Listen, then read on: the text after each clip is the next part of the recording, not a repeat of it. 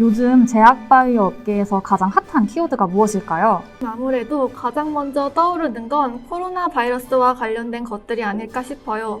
코로나 백신과 관련해서 부작용이나 해열제, 품절 대란 같은 것들이 떠오르네요. 네, 저도 비슷한 것들이 생각나네요. 오늘 저희가 다뤄볼 주제는 제약바이오 산업뿐만 아니라 전 세계적으로 트렌드가 되고 있는 개념인데요. 바로 ESG 경영입니다. ESG가 무엇인지 간단하게 설명 부탁드려도 될까요? ESG는 Environmental, Social, Governance의 약자입니다. 투자의 기준이 되는 기업의 비재무적 요소들로 기업의 지속 가능한 발전을 위한 미래 비즈니스 전략이라고 할 수 있습니다.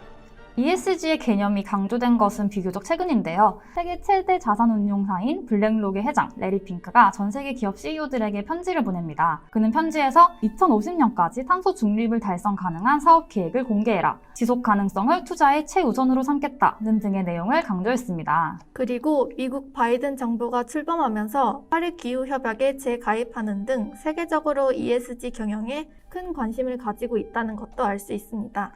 그렇다면 국내 제약바이오 기업들은 어떤 방법으로 ESG 경영을 실천하고 있는지 인상 깊은 몇 가지 사례들을 한번 살펴볼까요? 일동제약은 UN 우수 사례 선정 국제 친환경 인증인 GRP AA 플러스 등급을 획득했습니다. 그리고 제품의 포장, 재질 및 재활용 등급을 표시한 그린 에코 패키지를 도입했고 미세먼지 저감 활동에 동참하기도 했습니다. 워라벨 끝판왕 회사로도 유명하죠. 한미약품은 2020 대한민국 지속가능성 지수에서 제약기업 부문 1위, 한국기업지배구조원이 주관하는 기업 ESG 평가에서도 통합 A등급을 받았습니다. 그리고 사랑의 헌혈, 임직원 자원봉사, 복지포인트 기부, 지역사회 상생 등 사회적으로 다양한 공헌 활동을 하고 있습니다. 휴먼스는 사회적으로 희망의 빛, 선물 캠페인, 저소득층 개안수술비 후원, 화상환자 의료 지원 사업 등을 진행하며 적극적으로 ESG 경영을 실천하고 있습니다. 동아소시홀딩스는 업무용 차량을 친환경 차량으로 전면 교체하고 플라스틱 제로 캠페인과 도시숲 조성 활동에 참여하기도 했습니다. 그리고 최근에는 비닐 소재였던 바카스 봉투를 종이로 변경하고 가그린 페트병도 친환경 소재로 교체했습니다. 그 밖에도 지속가능성 경영 보고서인 가마솥을 발행하고 있습니다.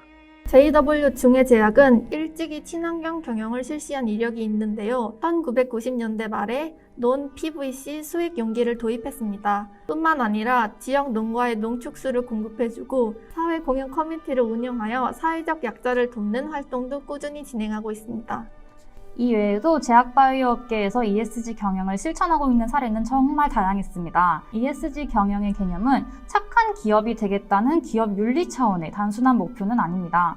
투자와 직접적으로 연결되는 일종의 미래 생존 전략인 거죠. 그렇다면 ESG에서 가장 중요한 것은 무엇일까요? 바로 진정성입니다.